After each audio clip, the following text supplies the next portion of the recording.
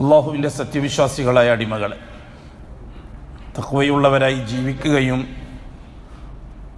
അതുവഴി ദുനിയാവിലും ആഖിറത്തിലും അള്ളാഹു പൊരുത്തപ്പെടുന്ന ജീവിതം സമ്പാദിക്കുകയും ചെയ്യണമെന്ന് ആദ്യമായി എന്നോടും തുടർന്ന് നിങ്ങൾ ഓരോരുത്തരോടും വസിയത്ത് ചെയ്യുന്നു. അല്ലാഹു സുബ്ഹാനഹു വ തആല മനുഷ്യരുടെ മേൽ റഖീബാൻ. കാന അല്ലാഹു അലൈക്കും ഇന്നല്ലാഹ കാന അലൈക്കും റഖീബ. നിരീക്ഷണം നടത്തുന്നവനാണ്, തറഖുബ് ചെയ്യുന്നവനാണ്. ഒരു കാര്യവും അല്ലാഹു സുബ്ഹാനഹു വ തആലക്ക് വിട്ടുപോകുകയില്ല. ഭൂമിയിൽ ജീവിക്കുന്ന മനുഷ്യൻ ചെയ്യുന്ന പ്രവർത്തനങ്ങളിൽ നിന്നൊന്നും അല്ലാഹു അശ്രദ്ധനല്ല. വമല്ലാഹു ബിഗാഫിലിൻ അമ്മാ തഅമലൂൻ. നിങ്ങൾ ചെയ്യുന്ന ഒരു പ്രവർത്തനത്തിൻ്റെ വിഷയത്തിലും അല്ലാഹു അശ്രദ്ധനല്ല. അല്ലാഹു വളരെ കൃത്യമായി ഓരോ വ്യക്തിയെയും നിരീക്ഷിച്ചുകൊണ്ടിരിക്കുകയാണ്. കോടിക്കണക്കിന് വരുന്ന മനുഷ്യൻ, ഏതാണ്ട് 1000 കോടിയോളം ഉണ്ടെന്നാണ്, 800 മുതൽ 1000 വരെ കോടി ജനങ്ങളുണ്ടെന്നാണ് കണക്കുകാർ പറയുന്നത്. ഓരോരുത്തരെയും അല്ലാഹു നിരീക്ഷിച്ചുകൊണ്ടിരിക്കുകയാണ്. ഒരാളുടെ ഇൽമ, ഒരാളെ സംബന്ധിച്ചുള്ള നിരീക്ഷണം മറ്റൊരാളുടെ നിരീക്ഷണത്തിന് തടസ്സമാകുകയില്ല. അള്ളാഹ്ക്ക് ഒന്നിനും തടസ്സമല്ല. അല്ലാഹു താലാക്ക് 2 വിഷയങ്ങളാണ് അല്ലാഹു താല നിരീക്ഷിച്ചുകൊണ്ടിരിക്കുന്നത്. ഒന്ന്, ഭൂമിയിൽ ജീവിക്കുന്ന മനുഷ്യൻ അള്ളാഹുവിന് നൽകാനുള്ള കടം കൃത്യമായി വീട്ടുന്നുണ്ടോ എന്ന്. എന്താണ് അല്ലാഹു താലാക്ക് കടമായി കൊടുക്കാനുള്ളത്, വീട്ടാനുള്ളത്? അള്ളാഹുവിൻ്റെ വഹദാനിയത്ത് ജീവിതത്തിൽ അംഗീകരിക്കുന്നുണ്ടോ എന്നത്. ഇത് അള്ളാഹു അവകാശപ്പെട്ട ഒരു അവകാശമാണ്. നാം കഴിഞ്ഞ ആഴ്ച വിശദീകരിച്ചു അത്. അല്ലാഹു തആല മനുഷ്യരിൽ നിന്നൊരു കാര്യമേ നിർബന്ധപൂർവം അവകാശം എന്ന നിലക്ക് ചോദിച്ചു വാങ്ങുന്നുള്ളൂ. അള്ളാഹു ചോദിച്ചു വാങ്ങുന്നു അടിമകളിൽ നിന്ന്. എന്താണത്? അയ്യഅ്ബുദൂഹു വലാ യുശ്രികൂ ബിഹി ശൈഅ. നിങ്ങൾ എന്ത് ചെയ്യുന്നുണ്ടെങ്കിലും, പ്രവർത്തിക്കുന്നുണ്ടെങ്കിലും, എന്ത് പറയുന്നുണ്ടെങ്കിലും, നിങ്ങൾ എന്ത് തരത്തിലുള്ള ആവശ്യമായാലും, അത് അടുക്കള ആവശ്യമായാലും, അങ്ങാടി ആവശ്യമായാലും, അന്താരാഷ്ട്ര ആവശ്യമായാലും, ആ ആവശ്യം നിങ്ങളുടെ ആദർശപരമായ ആവശ്യമായാലും ഭൗതികമായ ആവശ്യമായാലും എന്നെ മാത്രമേ നിങ്ങൾ അക്കാര്യത്തിൽ ഇടപെടുത്താവൂ. എന്നോടൊപ്പം ഒരു നബിയെ അല്ലെങ്കിൽ ഒരു റസൂലിനെ, ഒരു വലിയനെ നിങ്ങൾ ഇടപെടിപ്പിക്കുന്ന പ്രശ്നമുണ്ടാവരുത്. അത് ഞാൻ സഹിക്കൂല. ഇന്ന ശിർക ലളുൽമുൻ അദീം. അത് ഞാൻ സഹിക്കാത്ത പാതകമാണ്. അതിന് കൃത്യമായി ഞാൻ കടം അങ്ങോട്ട് വീടിയിരിക്കും. അത് നിങ്ങൾ പാലിക്കാൻ എനിക്കുള്ള അവകാശം നിങ്ങൾ തരാൻ തയ്യാറില്ലെങ്കിൽ, നിങ്ങൾ എൻ്റെ അവകാശം വകവെച്ച് തരാൻ തയ്യാറില്ലെങ്കിൽ ഞാൻ നിങ്ങളെ ശരിക്ക് കൈകാര്യം ചെയ്തിരിക്കും. അത് അല്ലാഹു തആല ആ രീതിയിലുള്ള മുന്നറിയിപ്പുകളാണ് നൽകുന്നത്. അല്ലാഹു സുബ്ഹാനഹു വ തആല പറഞ്ഞത് എന്താ? മിനല്ലാഹി വ റസൂലിഹി വ ജിഹാദിൻ ഫീ സബീലിഹി ഫതറബ്ബസു. നിങ്ങളെ ഞാൻ വിടൂല. ആരോടാ പറയുന്നു കൂട്ടരെ? ഒന്നാമതായി മനുഷ്യരോട്, രണ്ടാമതായി മുസ്ലിമീങ്ങളോട്.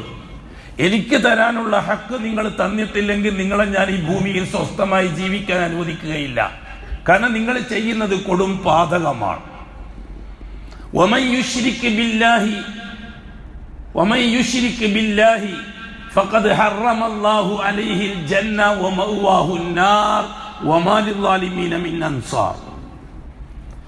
എൻ്റെ അവകാശത്തെ ധ്വംസിക്കുകയും അതിനെ നിങ്ങൾ അവഗണിക്കുകയും എന്നിട്ട് നിങ്ങൾ എനിക്ക് അവകാശപ്പെടാത്തത് എന്നിലേക്ക് ചേർക്കുകയും ചെയ്താൽ സ്വർഗം അവർക്ക് ഞാൻ ഹറാമാക്കിയിരിക്കുന്നു. കടുത്ത വാക്കാണ്. നരകത്തിലായിരിക്കും അവരുടെ അഭയം. തീർന്നിട്ടില്ല. ഈ കുരുത്തം കെട്ടവർ, അല്ലാഹു തആല അവരെ വിശേഷിപ്പിച്ചത് കുരുത്തം കെട്ടവർ എന്നാണ്. ഫാസിക്കുകൾക്ക്, പാപികൾക്ക് ഫാസിക്ക് എന്ന് പറയാറുണ്ട് അല്ലാഹു തആല. ദൈനംദിന ജീവിതത്തിൽ അധാർമികത പുലർത്തുന്നവർക്ക് മുജ്രിം എന്ന് പറയാറുണ്ട്. മുജ്രിം എന്ന അറബി വാക്കിന് മലയാളത്തിൽ മാന്യമായ പരിഭാഷ തെമ്മാടി എന്നാണ്. എന്നാൽ അല്ലാഹു സുബ്ഹാനഹു വ തആല അതിനു മുകളിൽ ശിർക്ക് സംഭവിക്കുന്നവർക്ക് ലാലിം എന്നാണ് പറഞ്ഞിരിക്കുന്നത്. ലാലിം എന്ന് പറഞ്ഞാൽ അവകാശത്തെ ധ്വംസിക്കുന്നവൻ, അവകാശത്തെ തള്ളിക്കളയുന്നവൻ, നീതിക്ക് ഒരു വിലയും കൽപ്പിക്കാത്തവൻ, അനീതി മാത്രം ഈ വിഷയത്തിൽ പ്രവർത്തിക്കുന്നവൻ. ആ രീതിയിലുള്ള കൊടും പാതകം എന്താണ്? അള്ളാഹുവിന് അവകാശപ്പെട്ടത് അള്ളാഹുവിന് കൊടുക്കുന്നതിനോടൊപ്പം അള്ളാഹു അല്ലാത്തവരെയും കൂടി അതിൽ പങ്കെടുപ്പിക്കുക എന്നതാണ്. അത് ഞാൻ സഹിക്കൂല എന്ന് പറഞ്ഞ അള്ളാഹു സുബ്ഹാനഹു വ തആല. മനുഷ്യരുടെ കാര്യത്തിലും ഈ ഭൂമിയിൽ അത്തരത്തിൽ ഇടപാടുകൾ ഉണ്ടാകും. അള്ളാഹു തആല നിലംപരിശാക്കിയ ചരിത്രം അതിന്റെ പേരിലാണ് പറഞ്ഞത്. അള്ളാഹുവിന് കിട്ടേണ്ട അവകാശം. ഞാൻ ചോദിക്കട്ടെ, സാമാന്യമായൊരു ചോദ്യം. മനുഷ്യരായ നാം നമ്മുടെ അവകാശങ്ങൾക്ക് വേണ്ടി പോരാടുന്നവരാണ്. രാഷ്ട്രീയക്കാരിൽ നിന്ന് കിട്ടേണ്ട അവകാശത്തിന് വേണ്ടി നാം പോരാടുന്നവരാണ്. ഭരണാധികാരികളിൽ നിന്ന് കിട്ടേണ്ട അവകാശത്തിന് വേണ്ടി പോരാടുന്നവരാണ്. ജോലി സ്ഥലത്ത് നിന്ന് കിട്ടേണ്ട അവകാശത്തിന് വേണ്ടി പോരാടുന്നവരാണ്. അവകാശത്തെ ധ്വംസിക്കുന്നവരെ അക്രമികളായിട്ട് നാം കാണുന്നു. ഒരു രാജ്യത്ത് ജീവിക്കുന്ന പൗരന്മാർ അവരുടെ അവകാശം ഭരണകൂടം ധ്വംസിച്ചാൽ ആ ഭരണാധികാരികളെ ലാലിമായ ഭരണാധികാരിയായി നാം കാണുന്നു, അക്രമിയായ ഭരണാധികാരിയായി നാം കാണുന്നു. ഭരണാധികാരിക്കെതിരെ നാം സമരപ്രഖ്യാപനങ്ങൾ നടത്തുന്നു, പ്രതിഷേധങ്ങൾ നടത്തുന്നു. ഭരണാധികാരിയെ അട്ടിമറിക്കാൻ എത്രത്തോളം പോകാൻ പറ്റുമോ അത്രത്തോളം നാം പോകുന്നു. ലക്ഷ്യം നമ്മുടെ അവകാശം വീണ്ടെടുക്കുക എന്നതാണ്. ഒന്ന് ഭരണഘടനാപരമായ അവകാശം, രണ്ട് മാനുഷികമായ അവകാശം, മൂന്ന് ധാർമ്മികമായ അവകാശം. ഇത് കിട്ടിയിട്ടില്ലെങ്കിൽ നാം ഒരു വ്യക്തിയെയും വിടൂല, സമൂഹത്തെയും വിടൂല, ഭരണാധികാരികളെയും വിടൂല. അല്ലേ? ഞാൻ ചോദിക്കട്ടെ മുസ്ലിമീങ്ങളോട്, നമ്മുടെ അവകാശത്തിന് വേണ്ടി നാം എത്രത്തോളം പോകുന്നുണ്ട് എന്ന് നാം ഓരോരുത്തരും അനുഭവിച്ചറിഞ്ഞതാണ്. നമ്മുടെ പാർട്ടിക്കാര്, നമ്മുടെ രാഷ്ട്രീയക്കാര്, നമ്മുടെ സംഘടനകൾ അവകാശ ലംഘനത്തിനെതിരായിട്ട് നമ്മളെ എത്രത്തോളം ഇറക്കി വിട്ടിട്ടുണ്ട് എന്ന് വെച്ചാൽ, സ്വസ്ഥമായി സ്ത്രീകളെ വീട്ടിൽ താമസിക്കാൻ പോലും വിടാത്ത രീതിയിൽ നാം റോഡിൽ ഇറക്കിയിട്ടുണ്ട്. അതേ സന്ദർഭത്തിൽ അള്ളാഹുവിന് നൽകാനുള്ള നാം അവകാശം ലംഘിക്കുകയും ആ അവകാശ ലംഘനത്തെ നോർമലായിട്ട് കാണുകയും അത് വെറും ശാഖാപരമായി കാണുകയും എന്നിട്ട് അവകാശ ലംഘനം നടത്തുന്നവരുമായി സൗഹാർദ്ദത്തിൽ ഏർപ്പെടാൻ തയ്യാറാകുകയും ചെയ്യുന്നുണ്ടെങ്കിൽ മുസ്ലിമീങ്ങളായ നമ്മളെക്കാൾ വലിയ ലാലിമീങ്ങൾ ഭൂലോകത്ത് വേറെ ആരാണ്? ഒരു ഭാഗത്ത് ഒരു ഭാഗത്ത് മതസൗഹാർദ്ദം, മറുഭാഗത്ത് ആദർശ സൗഹാർദ്ദം. ഈ രണ്ട് സൗഹാർദ്ദങ്ങളെയും മുസ്ലിം സമൂഹത്തെ സംബന്ധിച്ചിടത്തോളം അടിസ്ഥാന വിഷയത്തിൽ നിന്ന് മാറ്റി ചിന്തിപ്പിച്ചിട്ടില്ലേ? അടിസ്ഥാന വിഷയത്തിൽ നിന്ന് തെന്നിമാറി നാശകാരികളാകാൻ മുസ്ലിമീങ്ങളെ ഈ വിഷയം പ്രേരിപ്പിച്ചിട്ടില്ലേ? ഒന്നാമത്തെ വിഷയം മതസൗഹാർദ്ദം. മതങ്ങൾ എങ്ങനെയാണ് സൗഹാർദ്ദത്തിലാകുക? നമുക്കത് മനസ്സിലാകുന്നില്ല. ദീനുൽ ഇസ്ലാം ഒരു സൗഹാർദ്ദം പഠിപ്പിക്കുന്നുണ്ട്. അത് ഇൻസാനിയത്തിന്റെ സൗഹാർദ്ദമാണ്, മാനുഷിക സൗഹാർദ്ദമാണ്, മാനവ സൗഹാർദ്ദമാണ്. അതിലൊരിക്കലും മതം കടന്നു വരാൻ പാടില്ല, അതിലൊരിക്കലും ആദർശം കടന്നു വരാൻ പാടില്ല. അതിൽ ഇൻസാനിയത്ത്, മാനവികത മാത്രമേ കടന്നു വരാൻ പാടുള്ളൂ. അത് മതത്തിന്റെ പേരിലോ ആദർശത്തിന്റെ പേരിലോ അല്ല, മനുഷ്യനായി കാണുക എന്ന ആദർശത്തിന്റെ പേരിലാ. അത് അല്ലാഹു തആല എല്ലാവർക്കും വകവെച്ചു കൊടുത്ത ഒരു അവകാശമാണ്. അവിടെ അല്ലാഹു ആവട്ടെ രാജാധിരാജനായ മാലിക്കുൽ മുൽക്കായ, സകലത്തിന്റെയും ഉടമസ്ഥനായ, രാഷ്ട്രത്തിന്റെ ഉടമസ്ഥനായ, രാഷ്ട്രം ഭരിക്കുന്ന ഭരണകർത്താവിന്റെ ഉടമസ്ഥനായ, രാഷ്ട്രങ്ങൾ ഉണ്ടാക്കുന്ന നിയമത്തിന്റെയും ഉടമസ്ഥനായ, ആ രാഷ്ട്രം സമൂഹത്തിന് വേണ്ടി ചെലവഴിക്കുന്ന വസ്തുക്കളുടെയും നാഥനായ അല്ലാഹു സുബ്ഹാനഹു വ തആല ഈ വിഷയങ്ങൾ മുഴുവനും മനുഷ്യർക്ക് വകവെച്ചു കൊടുക്കുന്നത് അവന്റെ ആദർശത്തിന്റെ പേരിലല്ല, അവന്റെ ഇൻസാനിയ, അവന്റെ മാനുഷികത എന്ന ഗുണത്തിന്റെ പേരിലാണ്. എന്തുകൊണ്ട്? അല്ലാഹു തആല മനുഷ്യന്റെ അസ്തിത്വത്തെ ആദരിച്ചിട്ടുണ്ട് അതിന്റെ പേരിൽ. എന്താണ് വലഖദ് കറംനാ ബനി ആദം എന്ന ആയത്തിന്റെ അർത്ഥം? ഇവിടെ മതസൗഹാർദ്ദം കടന്നു എന്നത് ആരുടെ പേരിലാണ്? ആരാണ് മതങ്ങളെ സൗഹാർദ്ദത്തിലാക്കാൻ മെനക്കെട്ടത്? അല്ലാഹു തആല പറയുന്നു ദീൻ ഒന്നേ ഉണ്ടാകാൻ പാടുള്ളൂ, ഒന്നല്ലാത്തത് ബാത്തിലാണ്. അല്ലാഹുവിന്റെ അടുക്കൽ അംഗീകരിക്കപ്പെട്ട ദീൻ ഇസ്ലാമേ ആകാവൂ. ഇന്നദ്ദീന ഇൻദല്ലാഹിൽ ഇസ്ലാം.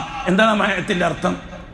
എന്നിട്ട് അല്ലാഹു പറഞ്ഞു വമൻ യബ്തഗി ഗൈറൽ ഇസ്ലാമി ദീന, മതം എന്ന നിലയ്ക്ക് ദീനുൽ ഇസ്ലാം അല്ലാത്ത വേറെ ഒന്നിനെയും കൂടി നീ അംഗീകരിക്കാൻ തയ്യാറായാൽ, ആയത്തിന്റെ അർത്ഥം എന്താണ്? വമൻ, ഒരുത്തൻ, യബ്തഗി, അവൻ ഫോളോ ചെയ്യുന്നു, ഗൈറൽ ഇസ്ലാമി, ഇസ്ലാം അല്ലാത്ത ഒന്നിനെ, ദീനൻ, ഒരു ജീവിത വ്യവസ്ഥിതിയായിട്ട്, എങ്കിൽ എന്താ സംഭവിക്കുക? ഫലൻ യുഖ്ബല മിൻഹു, ആദർശം എന്ന നിലക്കത് പരിഗണിക്കുന്ന പ്രശ്നമില്ല. പ്രത്യാഘാതം എന്തായിരിക്കും? വഹുവ ഫിൽ ആഖിറത്തി മിനൽ ഖാസിരീൻ. അവൻ ആഖിറത്തിൽ പരാജയപ്പെട്ടവനായിരിക്കും. ദുനിയാവിൽ വിജയിക്കാൻ അല്ലാഹു തആല ദീനുൽ ഇസ്ലാം ഷർത്താക്കി വെച്ചിട്ടില്ല കൂട്ടരെ. ദുനിയാവിന്റെ ആവശ്യം പൂർത്തിയാക്കാൻ അല്ലാഹു ഇസ്ലാം ഷർത്താക്കി വെച്ചിട്ടില്ല. എങ്കിൽ പിന്നെ ഈ മതസൗഹാർദ്ദം എന്ന പൊല്ലാപ്പ് വാക്ക് ഇവിടുത്തെ രാഷ്ട്രീയക്കാരുടേതാണ്. രാഷ്ട്രീയം രണ്ട് തരത്തിലാണ്. ഒന്ന് മതേതരത്വ രാഷ്ട്രീയം, മറ്റേത് മതകീയ രാഷ്ട്രീയം. മതകീയ രാഷ്ട്രീയം ഇസ്ലാമിന്റെ അഡ്രസ്സിൽ രാജ്യത്തൊരു ഭരണം വേണമെന്ന് വാദിക്കുന്നവരുടെ മതകീയ രാഷ്ട്രീയം. അങ്ങനെ ഒരു രാഷ്ട്രീയം ദീനുൽ ഇസ്ലാം പ്രോത്സാഹിപ്പിക്കുന്നില്ല. അത് ജൂതന്റെ നിർമ്മിതിയാണ്, ഇസ്ലാമിക സമൂഹത്തിന്റെ ഉള്ളിൽ കുഴപ്പവും പ്രശ്നങ്ങളും ഉണ്ടാക്കി തീർക്കാൻ. അതിൽ ജൂതൻ നന്നായിട്ട് വിജയിക്കുകയും ചെയ്തിട്ടുണ്ട്. ഇതിൽ ജൂതന്റെ ഉൽപ്പന്നം എന്താണെന്ന് തിരിച്ചറിയാൻ ഈ സമൂഹത്തിന് കഴിയുന്നില്ല. പ്രത്യേകിച്ച് പണ്ഡിതന്മാർക്ക് പോലും കഴിയുന്നില്ല എന്നത് ഏറ്റവും വലിയ സമൂഹത്തിന്റെ നാശത്തിന് കാരണമായി വന്നിട്ടുണ്ട്. ഞാൻ നിങ്ങളോട് പറഞ്ഞു, ജൂതന്റെ ഉൽപ്പന്നങ്ങൾ ബഹിഷ്കരിക്കേണ്ടത് ആവശ്യമാണ്. ജൂതന്റെ ഉൽപ്പന്നം എന്നതുകൊണ്ട് ഉദ്ദേശിക്കുന്നത് എന്താണ്? മനുഷ്യർക്ക് അല്ലാഹു തആല ആവശ്യ പൂർത്തീകരണത്തിന് വേണ്ടി സപ്ലൈ ചെയ്യുന്ന വസ്തുക്കളെയാണോ നാം കാണേണ്ടത് ഉൽപ്പന്നമായിട്ട്, വർജിക്കേണ്ട ഉൽപ്പന്നമായിട്ട്? അതോ അല്ലാഹു തആല മനുഷ്യർക്ക് നൽകിയ ദീനുൽ ഇസ്ലാമിനെ നശിപ്പിച്ചല്ലാതാക്കി മറ്റൊന്ന് സ്ഥാപിക്കാൻ വേണ്ടി മെനക്കെടുന്ന ആദർശപരമായ ഉൽപ്പന്നത്തെയാണോ നാം കാണേണ്ടത്? ഇത് തിരിച്ചറിയാൻ നമുക്ക് കഴിയണം. തീർച്ചയായും വർത്തമാന കാലഘട്ടത്തിൽ പ്രത്യേകിച്ച് ഉലമാക്കൾക്ക് പോലും, മിമ്പറുകൾ കൈകാര്യം ചെയ്യുന്ന പണ്ഡിതന്മാർക്ക് പോലും തിരിച്ചറിയാൻ കഴിയാതെ ആകെ നട്ടം തിരിഞ്ഞിരിക്കുകയാണ് സമുദായം എന്നതിന് വ്യക്തമായ തെളിവ് പള്ളിയുടെ ഒരു ഭാഗത്ത് ജാറം നിലനിൽക്കുന്നു, അവിടെ നാം സൗഹാർദ്ദം കാണുന്നു. പള്ളിയുടെ മറ്റൊരു ഭാഗത്ത് ക്ഷേത്രമുണ്ടാകുന്നു, അവിടെ നാം സൗഹാർദ്ദം കാണുന്നോ അതോ നാം അനർത്ഥം കാണുന്നോ? പള്ളിയുടെ ഒരു ഭാഗത്ത് ഹൈന്ദവ സമൂഹം അമ്പലമുണ്ടാക്കുന്നു, നാം അതിനെ അസ്വസ്ഥമായി കാണുന്നു. അതേ പള്ളിയുടെ മറുഭാഗത്ത് മുസ്ലിം സമൂഹം ജാറമുണ്ടാക്കുന്നു, അതിനെ നാം ആദർശത്തിന്റെ ഭാഗമായിട്ടും കാണുന്നു. ഇവിടെ എന്താണ് തിരിച്ചറിവ്? ഇവിടെ അമ്പലമായതുകൊണ്ടാണോ മറ്റേത് വിഷയമായത്? ഇപ്പോൾ ജാറമായതുകൊണ്ടാണോ വിഷയമാകാത്തത്? ഇതാണ് പണ്ഡിതന്മാർക്ക് പോലും തിരിച്ചറിവ് നഷ്ടപ്പെട്ടു എന്ന് നാം പറയുന്നത്. അല്ലാഹു സുബ്ഹാനഹു വ തആല പള്ളിയുടെ ഒരു ഭാഗത്തുള്ളത് ജാറമാണെങ്കിൽ അത് മഹത്വത്തിന്റെ പേരിലാണെന്നും, മറുഭാഗത്തുള്ളത് ക്ഷേത്രമോ ഏതെങ്കിലും ദൈവത്തിന്റെ അവതാരമാണെങ്കിൽ അത് ദുൽമാണെന്നും അത് അക്രമമാണെന്നും അങ്ങനെ വേർതിരിച്ചുകൊണ്ടൊരു രീതി അല്ലാഹു സുബ്ഹാനഹു വ തആല നമുക്ക് പഠിപ്പിച്ചു തന്നിട്ടുണ്ടോ? നമുക്ക് ചരിത്രത്തിലേക്ക് മടങ്ങാം. ഖുറൈശി സമൂഹം ചെയ്ത തെറ്റെന്താണ്? ഇവിടുത്തെ ഹിന്ദുക്കൾ ചെയ്തതുപോലെ ഒരു പ്രത്യേക മതത്തിൽ വിശ്വസിച്ച് ആ മതവിശ്വാസ പ്രകാരമുള്ള ഒരു വിഗ്രഹാരാധനയാണോ ഖുറൈശികൾ ചെയ്തത്? അതോ ഇവിടുത്തെ മുസ്ലിമീങ്ങൾ ചെയ്യുന്നത് പോലെ ഒരു പ്രത്യേക ദീനിൽ വിശ്വസിച്ച് ആ ദീനിലൂടെ കാര്യങ്ങൾ നേടാൻ മഹാന്മാരെ അവതരിപ്പിക്കുക എന്ന രീതിയാണോ ഖുറൈശികൾ ചെയ്തത്? ഇതൊരു തിരിച്ചറിവാണ്. വല്ലാഹി 1200 കൊല്ലമായി ഷീഈയത്തിന്റെ കടുകടുത്ത ജീർണതയിൽ നശിച്ചു തീർന്നവരാണ് കേരളക്കാരായ നാം. അതിൽ നിന്നൊരു 200-300 കൊല്ലത്തിന് ഇപ്പുറത്താണ് ഇതല്ല ദീൻ എന്ന തിരിച്ചറിവുണ്ടായത്. 100 കൊല്ലത്തിനിപ്പുറത്താണ് അതിന്റെ ചർച്ച വന്നത്. ആ ചർച്ച ചെയ്തവര് പോലും ആദർശ സൗഹാർദ്ദം എന്ന പേരിൽ എല്ലാവരെയും കൂട്ടിക്കെട്ടാൻ മെനക്കെട്ടപ്പോൾ അതും പൊളിഞ്ഞ് തരിപ്പണമായിരിക്കുകയാണ്. അവിടെയാണ് നാം ആദർശ സൗഹാർദ്ദം എന്ന് പറയുന്നത്. മതസൗഹാർദ്ദം ഷിയാക്കൾ ഉണ്ടാക്കിയപ്പോൾ ആദർശ സൗഹാർദ്ദം സലഫികൾ ഉണ്ടാക്കി നമ്മുടെ നാട്ടിൽ. ഈ രണ്ട് സൗഹാർദ്ദവും അപകടമാണ്. നാം ഒരു 10-75 കൊല്ലം മുമ്പ് വളരെ ശക്തവും തീവ്രവുമായി തൗഹീദ് എന്താണെന്ന് കേരളക്കാരെ പഠിപ്പിച്ചവരാണ് നാം. ആ തൗഹീദിന്റെ സംരക്ഷണത്തിന് വേണ്ടി ഒരുപാട് ആൾക്കാർ ഇവിടെ മരിക്കേണ്ടി വന്നിട്ടുണ്ട്. ഇവിടെ ഒരുപാട് ആൾക്കാർ ബഹിഷ്കരിക്കപ്പെട്ടിട്ടുണ്ട്, ഭ്രഷ്ട് കൽപ്പിക്കപ്പെട്ടിട്ടുണ്ട്. ഒരുപാട് വിവാഹങ്ങൾ തലാക്കായിട്ടുണ്ട്. ഒരുപാട് കുടുംബങ്ങൾ തമ്മിൽ അകന്നിട്ടുണ്ട്. ആദർശം പറഞ്ഞതിന്റെ പേരിൽ, തൗഹീദ് പറഞ്ഞതിന്റെ പേരിൽ, റിസാലത്ത് പറഞ്ഞതിന്റെ പേരിൽ അതിന്റെ വക്താക്കളുടെ പിൻഗാമികളിൽ ചിലർ ഇപ്പോൾ പറയുന്നു, അത്രയും കടുപ്പം വേണ്ട, നമുക്ക് ആദർശപരമായ സൗഹാർദ്ദം ആവാം. പള്ളി സലഫി പള്ളിയാണെങ്കിലും ഒരു ഭാഗത്ത് ജമാഅത്ത് ഇസ്ലാമിക്കാർ നിസ്കരിക്കട്ടെ, മറ്റേ ഭാഗത്ത് കാരന്തൂരി ഷിയാക്കൾ നിസ്കരിക്കട്ടെ, മറ്റൊരു ഭാഗത്ത് യമനി ഷിയാക്കൾ നിസ്കരിക്കട്ടെ, മറ്റൊരു ഭാഗത്ത് കമ്മ്യൂണിസ്റ്റുകൾ നിസ്കരിക്കട്ടെ, നമ്മുടെ സൗഹാർദ്ദത്തിൽ പോകാം എങ്കിൽ ഒരു നൂറ്റാണ്ട് കാലം ഈ ഉമ്മത്തിനെ കഷ്ടപ്പെടുത്തിയത് എന്തിനാ? അത്തരത്തിലൊരു നയം സ്വീകരിക്കാമായിരുന്നില്ലേ? ഒരു സൗഹാർദ്ദ നയം, ആദർശ സൗഹാർദ്ദം എന്നാണ് അതിന് പേര്. ഇപ്പൊ പറയുന്ന മൗലവി സാഹിബ് തൗഹീദിൽ അത്രയൊന്നും കെട്ടികൂട്ടേണ്ടതില്ല, ഒന്ന് മയമായിട്ട് പറഞ്ഞാൽ മതി. എങ്കിൽ പൂർവികന്മാരായ പണ്ഡിത ശ്രേണികൾക്ക് അത്തരം ഒരു മയം സ്വീകരിക്കാമായിരുന്നില്ലേ? എന്റെ മഹാനായ ഉമർ മൗലവി അത്തരം ഒരു മയം സ്വീകരിച്ചില്ല. ഇപ്പോൾ പറയുന്നു പള്ളി സലഫി പള്ളിയാ, എല്ലാരും വരുന്ന പള്ളിയാ, അതൊന്നും ഒതുക്കിയിട്ട് വേണം പറയാൻ. കാലികമായ വിഷയങ്ങൾ പറഞ്ഞാൽ മതി. ഈ അപകടകരമായ ജീർണതയിൽ തൗഹീദിന്റെ വക്താക്കൾ എത്തിയത് നാശത്തിന്റെ കാരണമാണ്. തുടർന്ന് അങ്ങോട്ട് വരാൻ പോകുന്നത് വിനാശകരമായ സംഭവങ്ങളാണ് ഈ ഉമ്മത്തിന് എന്നതിലേക്കുള്ള സൂചനയാണ്, അല്ലേ? റസൂലുള്ളാഹി സ്വല്ലല്ലാഹു അലൈഹി വസല്ലമ തങ്ങൾ നബിയായിട്ട് വരുമ്പോൾ ഖുറൈശി കൂട്ടം ആരായിരുന്നു? ഇബ്രാഹിമി, ഇസ്മായിലി ശരീഅത്തനുസരിച്ച് ഇസ്മായിലിന്റെ ദീനനുസരിച്ച് ജീവിക്കുന്നവരായിരുന്നില്ലേ? അവർ മുസ്ലിമീങ്ങളായിരുന്നില്ലേ? പാരമ്പര്യക്കാരായിരുന്നില്ലേ? ഇബ്രാഹിം അലൈഹി സ്വലാത്തു വസ്സലാം വഫാത്തായിട്ട് ഏതാണ്ട് 3000 കൊല്ലം കഴിഞ്ഞിട്ടല്ലേ, 4500 കൊല്ലം കഴിഞ്ഞിട്ടല്ലേ മുഹമ്മദ് മുസ്തഫ തങ്ങൾ ജനിക്കുന്നത്, അല്ലേ? ഇബ്രാഹിം അലൈഹി സ്വലാത്തു വസ്സലാമിന്റെ പേരക്കുട്ടിയായ മുഹമ്മദ് മുസ്തഫ തങ്ങൾ ജനിക്കുന്ന എപ്പോഴാ കൂട്ടരെ? ഈസാ നബി ജനിച്ചിട്ട് ഈസാ നബി ആകാശത്തിലേക്ക് പോയിട്ട് 500 കൊല്ലം കഴിഞ്ഞിട്ടല്ലേ? ക്രിസ്താബ്ദം 571. മറുസിന് പഠിച്ചിട്ടില്ലേ? നബി തങ്ങൾ ജനിച്ചത് എപ്പോഴാ? ക്രിസ്താബ്ദം 571 ഏപ്രിൽ 12-ാം തീയതി. എങ്കിൽ പിന്നെ അതിന്റെ അർത്ഥം 6-ാം നൂറ്റാണ്ട്. ഈസാ അലൈഹി സ്വലാത്തു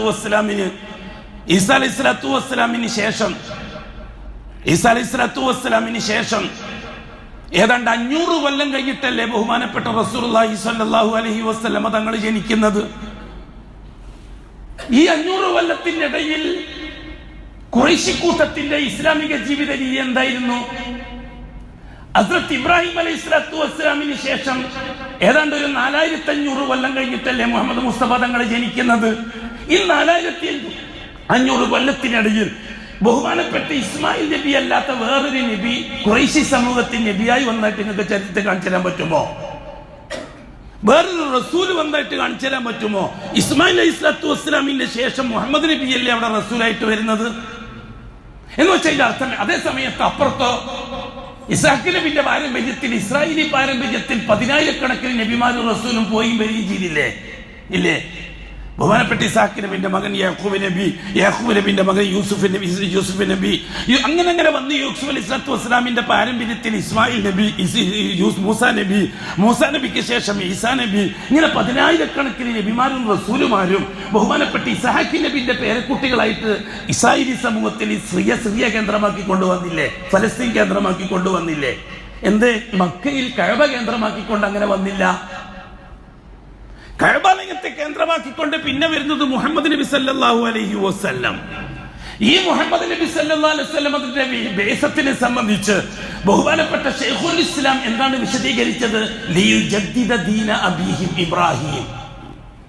ഉപ്പുപ്പ ഇബ്രാഹിമിന്റെ ദീനിനെ പുതുക്കാനാണ് ബഹുമാനപ്പെട്ട മുഹമ്മദ് നബി വന്നത്. ഉപ്പുപ്പ ഇബ്രാഹിമിന്റെ ദീനിനെ പുതുക്കാനാണ് അഷ്റഫുൽ ഖൽഖ് സല്ലല്ലാഹു അലൈഹി വസല്ലം വന്നത്. ഒരു പുതിയ ദീനുമായിട്ട് വന്നതല്ല. അഷ്റഫുൽ ഖൽഖ് വരുന്നത് ഇബ്രാഹിമി ശരീഅത്തും സുന്നത്തും അനുസരിച്ച് ജീവിക്കുന്ന പാരമ്പര്യക്കാരായ മുസ്ലിമീങ്ങളിലല്ലേ? അബൂജഹൽ, ഉത്ബത്ത്, ശൈബത്ത് ഈ രാജ്യത്തെ ഹിന്ദുക്കളെ പോലെയുള്ളവരാണോ? അതോ ഈ രാജ്യത്തുള്ള മൗലാനമാരെ പോലെയും ശൈഖുനമാരെ പോലെയുള്ളവരുമാണോ? തിരിച്ചറിയണം നാം. വല്ലാഹി അബൂജഹൽ, ഉത്ബത്ത്, ശൈബത്തുമാര് ഇന്ന് നമ്മുടെ നാട്ടിലുള്ള മൗലാന ശൈഖുനമാർക്ക് തുല്യമായവരാണ്. ഇന്നത്തെ മൗലാനമാര് മുഹമ്മദ് നബിന്റെ ദീൻ എന്താണെന്ന് അറിഞ്ഞവരാണ്. അന്നത്തെ മൗലാനമാര് ഇബ്രാഹിം നബിന്റെയും ഇസ്മായിൽ നബിന്റെയും ദീൻ എന്താണെന്ന് തിരിച്ചറിഞ്ഞവരാണ്. അത് നിങ്ങൾക്ക് അഷ്റഫുൽ ഖൽഖിന്റെ ഒരു വാക്കൊരു സംഭവം ഞങ്ങൾക്ക് വിശദീകരിച്ചു തരാം. ആരായിരുന്നു ജാറങ്ങൾ മക്കക്കാർക്ക് പരിചയപ്പെടുത്തി കൊടുത്തത്? ഇസ്മായിലിന് ശേഷം ഏതാണ്ട് 3500 കൊല്ലത്തോളം അല്ലെങ്കിൽ 4000 കൊല്ലത്തോളം ഖുറൈശികൾക്ക് ജാറം എന്താണെന്ന് അറിയില്ല. ഖുറൈശികൾക്ക് അള്ളാനെ മാത്രമേ അറിയുള്ളൂ, അള്ളാന്റെ തൗഹീദ് മാത്രമേ അറിയുള്ളൂ. എന്തിനും ഏതിനും അള്ളാഹ് മാത്രമേ എന്നെ ഖുറൈശികൾക്ക് അറിയുള്ളൂ. അഷ്റഫുൽ ഖൽഖിന്റെ കുടുംബക്കാരായ പ്രത്യേകിച്ചിട്ട് ഹാഷിം കുടുംബത്തിന് അത്ര മാത്രമേ അറിയുള്ളൂ. ഇത് റസൂലുള്ളാഹി തങ്ങൾ പറഞ്ഞു തന്ന വിഷയമാണ്. ഇവരെ പള്ളിയോടനുബന്ധിച്ച് ജാറമുണ്ടാക്കി അള്ളാഹുവിനെ സ്വാധീനിക്കാൻ മഹത്വമുള്ളവർ വേണമെന്ന ചിന്താഗതി ഉണ്ടാക്കി തീർത്തത് ആരാ? അഷ്റഫുൽ ഖൽഖിന്റെ പരിശുദ്ധമായ വചനത്തിൽ നിന്ന് തന്നെ നമുക്കിത് ഗ്രഹിച്ചെടുക്കാൻ പറ്റും. ഇമാം അബൂ ഹുറൈറയിൽ നിന്ന് ഇമാം ബുഖാരി റഹിമഹുല്ലാ അദ്ദേഹത്തിന്റെ സഹീഹിൽ നിവേദനം ചെയ്തത് എന്താണ് റസൂലുള്ളാഹി തങ്ങൾ പറഞ്ഞത്? അംർ ബിനു ആമിർ ബിനു ഖുസാഇ, ആമിറുൽ ഖുസാഇ, അംർ ബിനു ലുഹയ്യ് ബിനു ആമിർ ബിനുൽ ഖുസാഇ, ബനു ഖുസാഅ ഗോത്രം. അറിയുന്നത് നമുക്ക് ഭൂലോകത്ത് നടക്കുന്ന സംഭവ വികാസങ്ങളെ വികാരമാക്കി മാറ്റി നാം വിശ്വസിക്കുന്ന സംഘടനക്കോ രാഷ്ട്രീയക്കാർക്കോ ആളെ കൂട്ടിക്കൊടുക്കുന്ന പരിപാടിയാണല്ലോ നമുക്ക് ചരിത്രം പഠിച്ചിട്ട് ദീൻ എന്താണ്ട് മനസ്സിലാകാൻ നമുക്ക് നേരമില്ല. പള്ളിയിലെ ഖത്തീബുമാർക്കേ നേരമില്ല, പിന്നെയാണോ സാധാരണക്കാർക്ക്? ആരാണ് ഖുസാഅ ഗോത്രക്കാർ അറിയാവോ?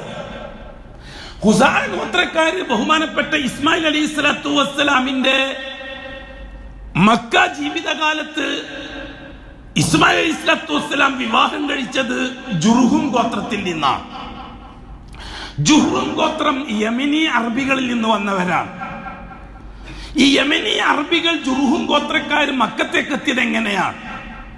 അവരുടെ കച്ചവട സംഘം നീങ്ങുമ്പോൾ ഒരു പ്രദേശത്തിന്റെ ആകാശത്തിൽ പക്ഷികൾ പറക്കുന്നതായിട്ട് കാണുന്നു. സ്വാഭാവികമായും മരുഭൂവാസികൾക്ക് ചില ദൃഷ്ടാന്തങ്ങളുണ്ട്. കപ്പൽ യാത്രക്കാര് നക്ഷത്രം നോക്കി കരപിടിക്കും പോലെ മരുഭൂമിയിൽ വെള്ളമുള്ള സ്ഥലത്താണ് പക്ഷികൾ പറക്കുക. ആ പക്ഷികൾ പറക്കുന്ന ദിശയിലേക്ക് ജുർഹും ഗോത്രക്കാരായ ബിസിനസ്സുകാര് യമൻകാര് നീങ്ങുന്നു. അവിടെ എത്തിയപ്പോൾ ഒരു ഖൈമയിൽ, ഒരു കൂടാരത്തിൽ ഒരു ഉമ്മയും മകനും കാണുന്നു. ആ ഉമ്മയും മകനും യഥേഷ്ടം വെള്ളം ഉപയോഗിക്കുന്നു. അവിടെ ഒരു കിണറുണ്ട്. കുത്തിയൊലിച്ച് വെള്ളം കിണറിൽ നിന്ന് പുറത്തേക്കും പോകുന്നുണ്ട്. അത് കണ്ടിട്ടാണ് പക്ഷികൾ വന്നത്. നിങ്ങൾ ആരാ? ഞങ്ങൾ ഷാമുകാരാണ്, സിറിയക്കാരാണ്, ഫലസ്തീനികളാണ് ഞങ്ങൾ. നിങ്ങൾ ഇങ്ങനെ എവിടെ എത്തിയത്? അതെ, ഞങ്ങൾ പ്രവാചകന്റെ ഭാര്യയും മകനുമാണ്. ഏത് പ്രവാചകൻ? ഇബ്രാഹിം പ്രവാചകന്റെ മകൻ ഇസ്മായിലാണിവൻ. ഞാൻ ആ ഇബ്രാഹിമിന്റെ ഭാര്യ ഹാജറയാ. ഞങ്ങളിവിടെ താമസിച്ചോട്ടെ, താമസിക്കുന്നതിന് കുഴപ്പമില്ല. ഈ വെള്ളം ഞങ്ങൾക്ക് അവകാശപ്പെട്ടതാണ്. വെള്ളം നിങ്ങൾ ഉപയോഗിച്ചോളൂ. ഈ കിണർ ഞങ്ങൾക്ക് അവകാശപ്പെട്ടതാണ്. ഈ കരാറനുസരിച്ച് ജുർഹും ഗോത്രക്കാരവിടെ താമസമാക്കുന്നു. അതെ, കഅബാലയം, പിറകെ വരാൻ പോകുന്ന കഅബാലയത്തിന്റെ പരിസരത്ത് താമസിച്ച ആദ്യത്തെ കുടുംബമാണ് യമനിൽ നിന്ന് വന്ന പ്യൂർ കഹ്താനി അറബികളുടെ പാരമ്പര്യക്കാരായ ജുർഹും ഗോത്രക്കാര്. അവിടെ താമസിച്ചു. കുറെ നാളുകൾ കഴിഞ്ഞു. ഹസ്രത്ത് ഇബ്രാഹിം അലൈഹിസ്സലാം വരുന്നു പോന്നു. സ്ഥിരതാമസമില്ല. ഹിജ്റ ചെയ്യാൻ മാത്രം വിധിക്കപ്പെട്ട പ്രവാചകനാണ് ഇബ്രാഹിം. അങ്ങനെ ജുർഹും ഗോത്രത്തിൽ നിന്നൊരു പെൺകുട്ടിയെ ഹസ്രത്ത് ഇസ്മായിൽ അലൈഹിസ്സലാത്തു വസ്സലാമിനെ കൊണ്ട് കെട്ടിക്കുന്നു. ഇസ്മായിൽ അലൈഹിസ്സലാത്തു വസ്സലാം വിവാഹ ജീവിതവുമായിട്ട് മുന്നോട്ട് പോകുന്നു. ഒരു ദിവസം ഹസ്രത്ത് ഇബ്രാഹിം വരുമ്പോൾ മകന്റെ കല്യാണം കഴിഞ്ഞിരിക്കുന്നു. കല്യാണം നമുക്കല്ലേ ജൂതൻ വേറെ കുലത്തിൽ പഠിപ്പിച്ചെന്നിരിക്കുന്നത്. പച്ചക്കല്യാണവും ചോന്ന കല്യാണവും കോടികൾ ചെലവഴിച്ചിട്ട് നാട്ടുകാരെ മുഴുവനും ബുദ്ധിമുട്ടിച്ച് കഷ്ടപ്പെടുത്തി നാശത്തിന്റെ കല്യാണമാക്കിയത് നമ്മളല്ലേ? ഹസ്രത്ത് ഇബ്രാഹിം അലൈഹിസ്സലാത്തു വസ്സലാം അറിയുന്നില്ല മകൻ ഇസ്മായിൽ കെട്ടുന്നത്. അതെ, അബ്ദുറഹ്മാൻ അഫ് കെട്ടിയത് അഷ്റഫുൽഖൽഖ് അറിഞ്ഞിട്ടില്ല. വിവാഹം അത്രയേ ഉള്ളൂ എന്നർത്ഥം. നമ്മൾ ആദർശവാദികൾ എന്ന് പറയുന്നവരും മതവാദികൾ എന്ന് പറയുന്നവരും ദീനുൽ ഇസ്ലാമിനെ ജൂതൻ പഠിപ്പിച്ചതനുസരിച്ച് കുളം മാറ്റിച്ച വിട്ടിട്ട് നശിച്ച് നാചകില്ലേ? ഇന്ന് സമൂഹത്തിന് നാറ്റക്കേസ് ഈ സമുദായമല്ലേ? ആര് പഠിപ്പിച്ചത്? ജൂതൻ പഠിപ്പിച്ചത്. എന്നിട്ടും നിങ്ങൾ പറയുന്നു ജൂതന്റെ ഉറുപ്പ് ഭയങ്കരമാണ് നമുക്ക്. ഞാൻ അതാണ് കഴിഞ്ഞ ആഴ്ച പറഞ്ഞത്. ഉൽപ്പന്നങ്ങൾ തിരഞ്ഞെടുക്കുമ്പോൾ ആദർശവും കൂടി ഒന്ന് പരിഗണിക്കണമായിരുന്നു എന്ന്. തലയിൽ തേക്കുന്ന ഷാമ്പുവും കാക്കിടുന്ന സോക്സും മാത്രം മാറ്റിയത് കൊണ്ട് ബഹിഷ്കരണമാവില്ല. ആദർശപരമായ ബഹിഷ്കരണമാണ് ജിഹാദ്. അതാണ് നമ്മൾ ഈ കാര്യത്തിൽ പരിഗണിക്കേണ്ടത്. ഒരു വിഷയം നാം നമ്മുടെ അടുക്കളയിൽ നിന്ന് അങ്ങാടി വരെ നടപ്പിലാക്കുമ്പോൾ അതിന് മുഹമ്മദി ശരീഅത്തിന്റെ ഭാഗമെന്ത്, ജൂത ശരീഅത്തിന്റെ ഭാഗമെന്ത് എന്ന് തിരിച്ചറിയാൻ നമുക്ക് കഴിയണം. എന്നിട്ട് മുഹമ്മദി ശരീഅത്തിനെ തീവ്രമായി നടപ്പിലാക്കി ജൂത ശരീഅത്തിനെ കൊന്ന് കുഴിച്ചു മൂടണം. അതാണ് ജൂതനോട് കാണിക്കേണ്ട വെറുപ്പ്, അള്ളാഹ് പഠിപ്പിച്ച വെറുപ്പ്, അഷ്റഫുൽ ഖൽഖ് പഠിപ്പിച്ച വെറുപ്പ്, ആദർശപരമായ വെറുപ്പ്. ജുർഹും ഗോത്രക്കാരും ഇസ്മായിൽ നബി അലൈഹിസ്സലാത്തു വസ്സലാമിന്റെ കുടുംബവും കുറെ കാലം ജീവിച്ചു. അവസാനം ജുർഹും ഗോത്രക്കാര് കഅബാലയത്തിന്റെ ഭരണാധികാരിയായി പിറകെ. ഈ സന്ദർഭത്തിലാണ് ബനൂ ഹുസാ ഗോത്രക്കാര് ജുർഹും ഗോത്രക്കാരെ കയറി അടിക്കുന്നത്. ബനൂ ഹുസാ ഗോത്രക്കാരും ജുർഹും ഗോത്രക്കാരും തമ്മിൽ ഗോത്രപരമായ ശല്യമുണ്ടായി. ജുർഹും ഗോത്രക്കാര് പരാജയപ്പെട്ടു.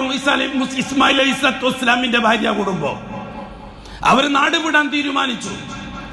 അവരവരുടെ വസ്തുക്കളും സ്വർണവും വെള്ളിയും മറ്റ് ചപ്പ് ചവറ് മുഴുവനും സംസം കിണറിലിട്ട് സംസം കിണർ മൂടി അതിന്റെ മേലെ കല്ലും പാറയും എടുത്തു വെച്ചിട്ട് അവർ നാട് വിട്ടു. ബനൂ ഹുസാ ഗോത്രക്കാരുടെ കയ്യിലേക്ക് കഅബാലയത്തിന്റെ ഭരണാധികാരം വന്നു.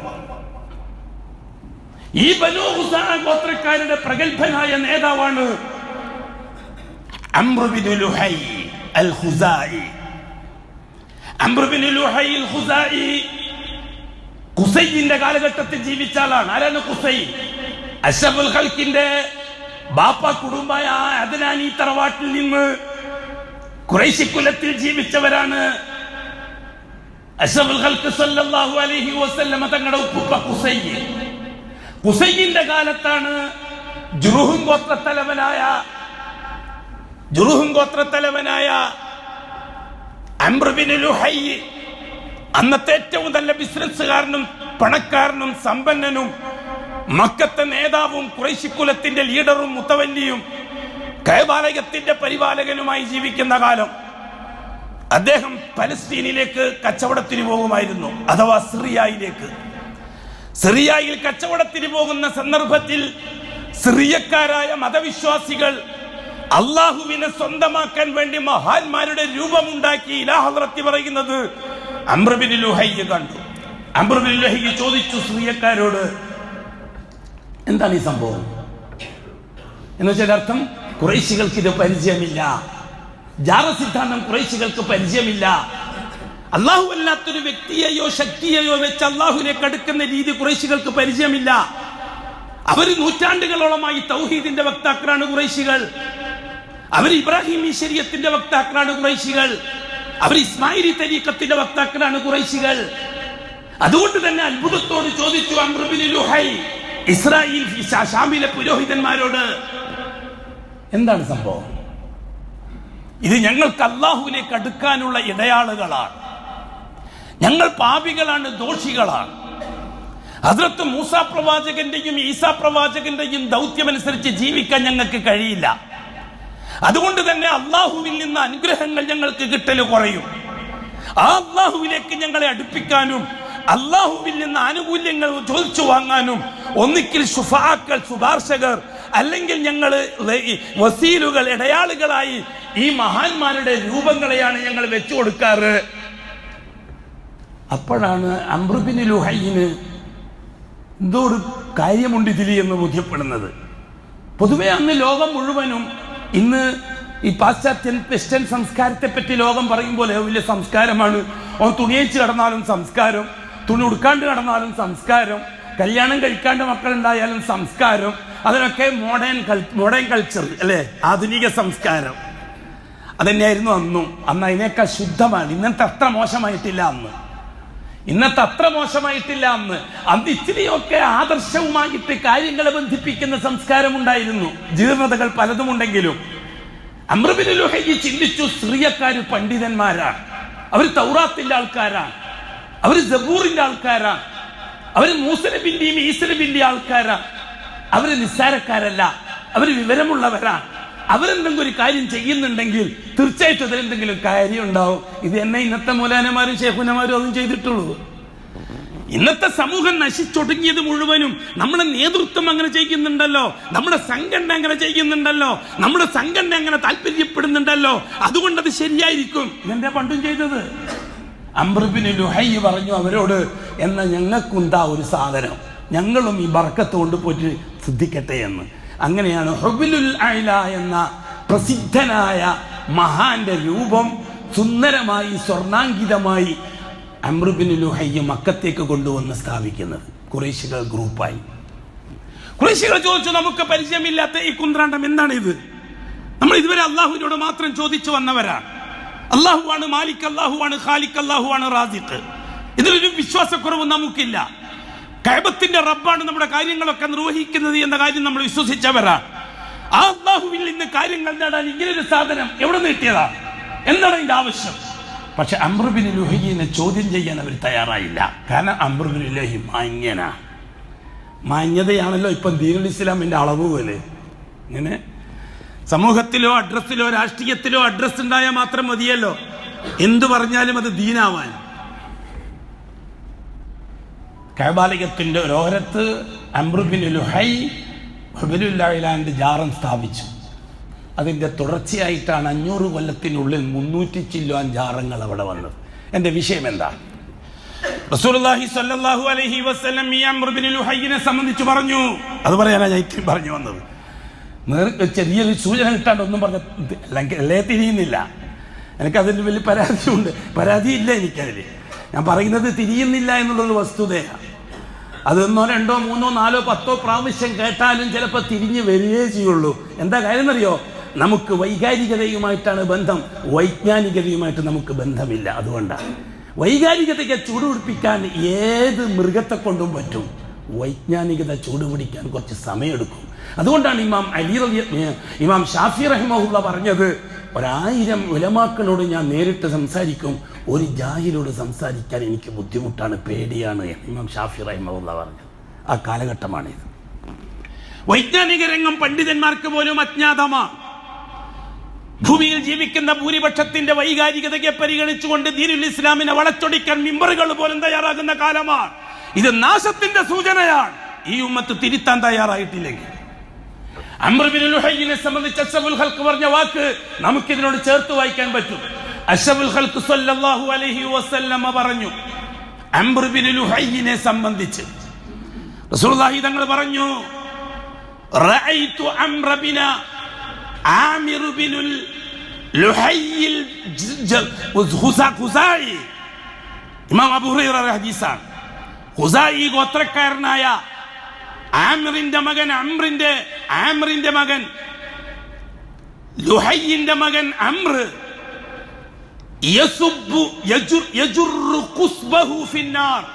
എന്തൊരു കടുപ്പുള്ള വാക്കാണ്. അതേ കൂട്ടക്കാരെ ജാറക്കാരെ പറ്റി, ഇലാഹവർത്തിക്കാരെ പറ്റി അല്ലാഹു റസൂൽ പറഞ്ഞ വാക്ക് കൊടലുമാല പുറത്തേക്ക് തള്ളി ആ കൊടലുമാലയും വലിച്ചിട്ട് നരകത്തുനിന്ന് ഇഴഞ്ഞു നീങ്ങുന്നത് ഞാൻ കണ്ടു. അഷ്റഫുൽ ഖൽഖായ തങ്ങൾ അംർ ഇബ്നു ഹുസൈനെ സംബന്ധിച്ച് ലുഹയ്യിനെ സംബന്ധിച്ച് പറഞ്ഞു, റഅയ്തു അംർ ഇബ്നു ലുഹയ്, ലുഹയ്യിന്റെ മകൻ അംറിനെ ഞാൻ കണ്ടു. യജുറു ഖുസ്ബഹു, അയാളുടെ കൊടലുമാലയും വലിച്ചിട്ട് നരകത്തിൽ നിന്ന് പോകുന്നു. എന്താ കാര്യം? അന്നഹു, തീർച്ചയായും അവൻ അദുഷ്ടൻ. കാന, അവനായിരുന്നു അവ്വല മൻ ഗയ്യറ ദീന ഇസ്മാഈൽ. ആരായിരുന്നു ആ കുരുത്തം കെട്ടവൻ? എന്താണ് അവന്റെ ശിക്ഷ?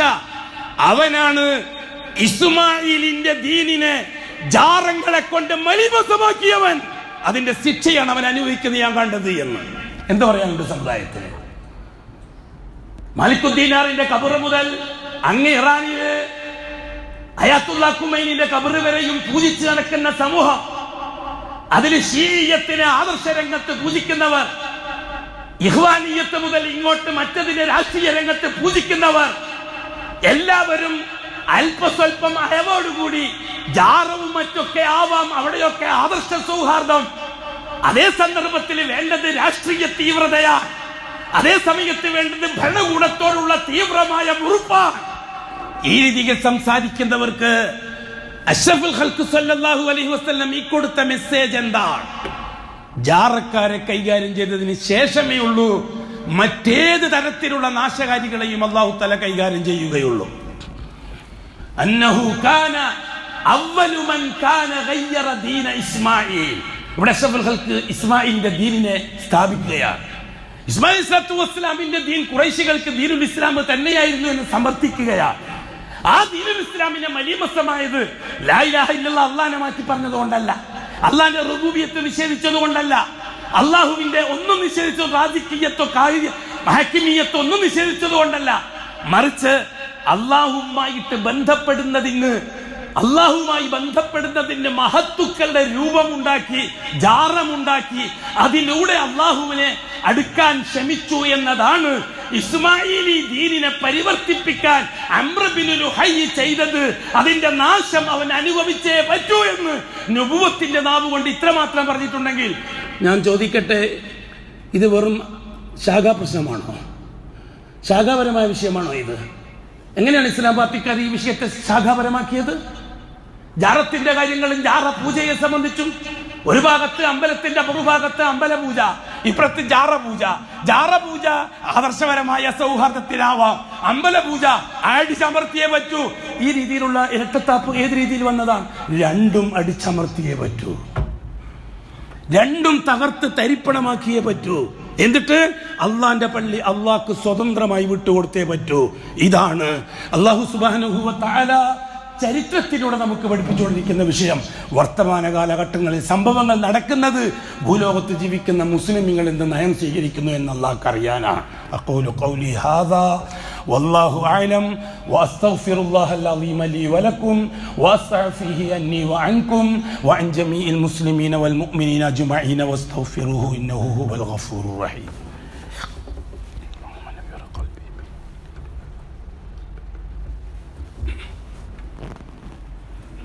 അൽഹംദുലില്ലാഹി റബ്ബിൽ ആലമീൻ വസ്സലാത്തു വസ്സലാമു അലാ അഷ്റഫിൽ മഖ്ലൂഖീൻ മുഹമ്മദിൻ വആലിഹി വസഹ്ബിഹി അജ്മഈൻ.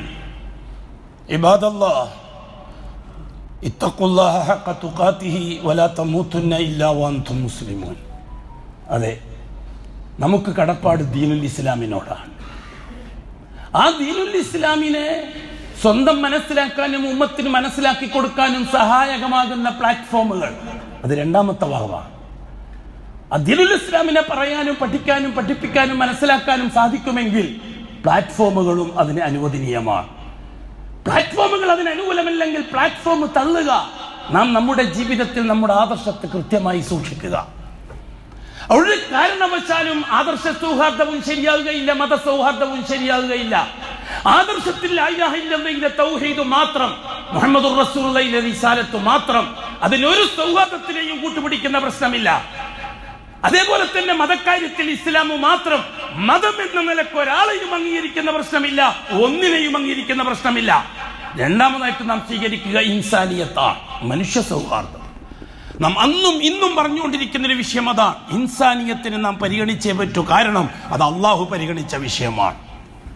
മനുഷ്യരുടെ ആവശ്യങ്ങളെ മുടക്കിക്കൊണ്ട് നാം ഒരിക്കലും ആദർശത്തിന്റെ കാര്യം പറഞ്ഞ് ആവശ്യങ്ങളെ ആദർശവുമായി ബന്ധിപ്പിച്ചിട്ട് ആവശ്യങ്ങളെ മുടക്കുന്ന പ്രശ്നം ഉണ്ടാവരുത്.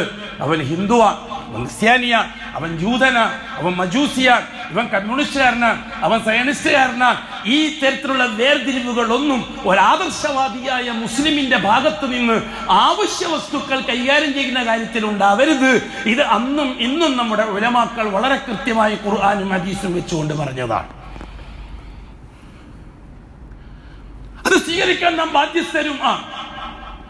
അതുകൊണ്ട് തന്നെ വർത്തമാന കാലഘട്ടങ്ങളിൽ നടക്കുന്ന വിഷയങ്ങളെ അള്ളാഹുവിന്റെ ദീനുൽ ഇസ്ലാമുമായി മാത്രം ബന്ധിപ്പിച്ച് നാം നമ്മുടെ അഖീദ, നാം അള്ളാഹ് കൊടുത്ത ഷഹാദ, ഒന്ന് ലാ ഇലാഹ ഇല്ലല്ലാഹ് കൊടുത്ത ഷഹാദ, രണ്ട് മുഹമ്മദുർ റസൂൽ കൊടുത്ത ഷഹാദ ഞാൻ എത്രത്തോളം പാലിക്കുന്നുണ്ട് എന്ന് നമ്മൾ വർത്തമാനം പറയുമ്പോഴും നമ്മളെപ്പോലെ തന്നെ മറ്റുള്ള കാര്യങ്ങൾ പ്രവർത്തിക്കുമ്പോഴും ആലോചിച്ചിട്ട് മതി. അല്ലെങ്കിൽ നമ്മുടെ ഷഹാദ പൊളിയുകയും മനുഷ്യൻ അവന്റെ വഴിക്ക് സഞ്ചരിക്കുകയും ചെയ്യും. ഏറ്റവും ഡബിൾ നഷ്ടക്കാര് നമ്മളായി മാറും. രണ്ടാമത്തെ വിഷയം മുഹമ്മദുർ റസൂലുള്ളാഹ്. മുഹമ്മദ് ഈ റിസാലത്ത് ജീവിതത്തിൽ എത്രത്തോളം പകർത്തുന്നുണ്ടെന്നറിയാൻ 12 മാസങ്ങളെ അല്ലാഹ് വിഭജിച്ചു. 7 മാസത്തെ ആദർശവുമായി ബന്ധിപ്പിച്ചു, 5 മാസത്തെ ആവശ്യവുമായിട്ട് ബന്ധിപ്പിച്ചു. ഇല്ലേ? ആവശ്യങ്ങളുമായി ബന്ധിപ്പിച്ച 5 മാസത്തെ നാം ആദർശമാക്കി മാറ്റിയില്ലേ? ആർക്ക് വേണ്ടിയായിരുന്നു?